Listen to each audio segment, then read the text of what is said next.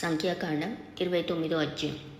7వ నెల మొదటి తేదీన మీరు పరిశుద్ధ సంఘంగా కూడవలెను. మీరు జీవనోపాధి అయిన పనులేమీ చేయకూడదు. అది మీకు శృంగధ్వని దినము. నిర్దోషమైన ఒక కోడె దూడను, ఒక పొటేలును యెహోవాకు ఇంపైన సువాసన గల దహన బలిగా అర్పింపవలెను. వాటి వాటి విధి ప్రకారంగా అమావాస్యకు అర్పించు దహన బలియు దాని నైవేద్యమును, నిత్యమైన దహన బలియు దాని నైవేద్యమును, వాటి పానార్పణములను గాక మీరు నిర్దోషమైన ఏడాదివగు 7 మగ గొర్రె పిల్లలను యెహోవాకు ఇంపైన సువాసన గల దహన బలిగా అర్పింపవలెను. వాటి నైవేద్యము నూనెతో కలపబడిన గోధుమ పిండి, ప్రతి కోడె దూడతో తూములో 3 10వ వంతులను, పొటేలుకు 2 10వ వంతులను, 7 గొర్రె పిల్లలలో ఒక్కొక్క పిల్లతో ఒక్కొక్క 10వ వంతును మీ నిమిత్తము ప్రాయశ్చిత్తం చేయబడుటకై పాప పరిహారార్థ బలిగా ఒక మేకపిల్లను అర్పింపవలెను. ఈ 7వ నెల 10వ దినంన మీరు పరిశుద్ధ సంఘంగా కూడవలెను. అప్పుడు మిమ్మును మీరు దుఃఖపరుచుకొనవలెను. ఏ పనియూ చేయకూడదు. ప్రాయశ్చిత్తం కలుగుటకై పాప పరిహారార్థ బలియు, నిత్యమైన దహన బలియు దాని నైవేద్యమును, వాటి వాటి పానార్పణములను గాక మీరు ఒక కోడె దూడను, ఒక పొటేలును, ఏడాదివైన 7 గొర్రె పిల్లలను యెహోవాకు ఇంపైన సువాసన గల దహన బలిగా అర్పింపవలెను. అవి మీకున్న వాటిలో నిర్దోషమైనవై ఉండవలెను. నూనెతో కలపబడిన పిండిని నైవేద్యంగాను, ప్రతి కోడెతో తూములో 3 10వ వంతులను, ఒక పొటేలుతో 2 10వ వంతులను, ఆ 7 గొర్రె పిల్లలలో ఒక్కొక్క పిల్లతో ఒక్కొక్క 10వ వంతును పాప పరిహారార్థ బలిగా ఒక మేకపిల్లను అర్పింపవలెను. మరియు 7వ నెల 15వ దినమున మీరు పరిశుద్ధ సంఘంగా కూడవలెను. అప్పుడు మీరు జీవనోపాధి అయిన పనులేమీ చేయక 7 దినములు యెహోవాకు పండుగ ఆచరింపవలెను. నిత్యమైన దహన బలియు దాని నైవేద్యమును దాని పానార్పణమును గాక యెహోవాకు ఇంపైన సువాసన గల దహన బలిగా 13 కోడె దూడలను, 2 పొటేళ్లను, ఏడాదివైన 14 గొర్రె పిల్లలను అర్పింపవలెను. అవి నిర్దోషమైనవై ఉండవలెను.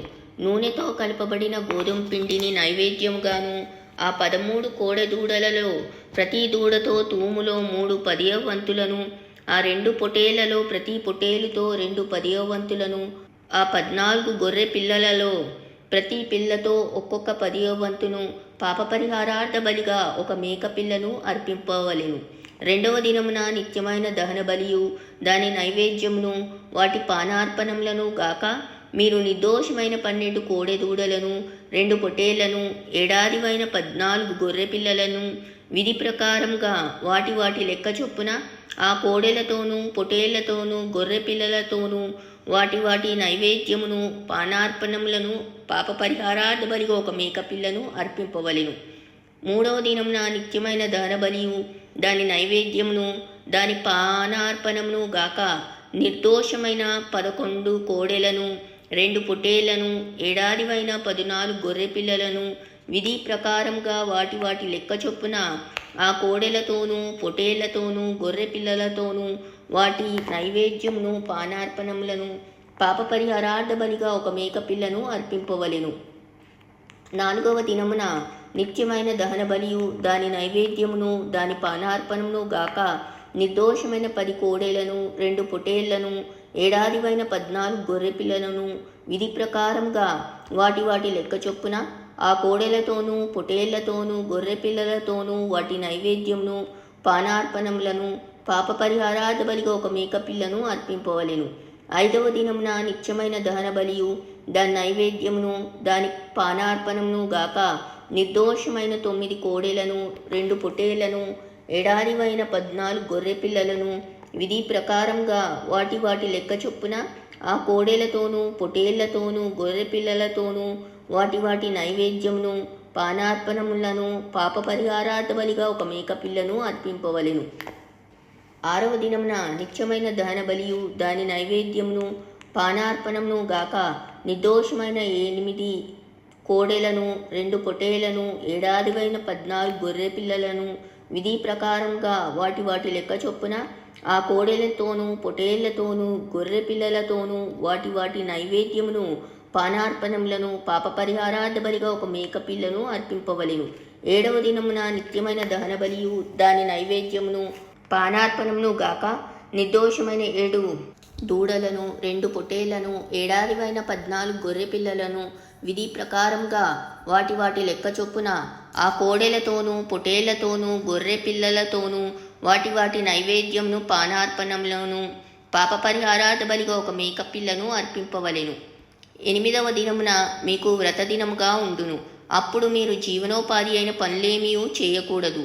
అందులో నిత్యమైన దహన బలియు దాని నైవేద్యమును పానార్పణమును గాక మీరు యెహోవాకు ఇంపైన సువాసన దహన బలిగా నిర్దోషమైన 1 కోడెదూడను 1 పొటేల్ను ఏడాదివైన 7 గొర్రె పిల్లలను విధి ప్రకారంగా వాటి లెక్క చొప్పున ఆ కోడెదూడతోనూ పొటేలుతోనూ గొర్రె పిల్లలతోనూ వాటి నైవేద్యమును పానార్పణములను పాప పరిహారార్థ బలిగా ఒక మేకపిల్లను అర్పింపవలెను. మీ మొక్కుబళ్లను మీ స్వేచ్ఛార్పణలను మీ దహన బలులను మీ నైవేద్యములను మీ పానార్పణములను మీ సమాధాన బలులను గాక వీటిని నియామక కాలములందు యెహోవాకు అర్పింపవలెను. యెహోవా మోషేకు ఆజ్ఞాపించినట్లు మోషే ఇశ్రాయేలీలతో సమస్తమును తెలియజెప్పెను.